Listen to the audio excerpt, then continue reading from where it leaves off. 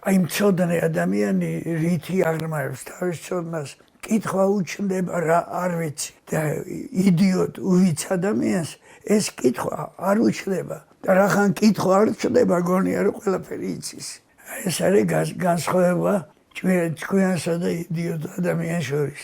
ბუნება საერთოდ წარმოუდგენლად გენიალური რამეა, რომ აქ ხდება ეგრეთ წოდებული აგრესიის გენის კუპირება.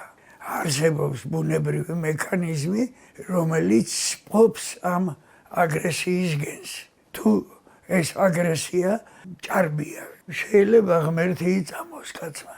აი როგორ არის ეს ყველაფერი მოწყობილი კაცო.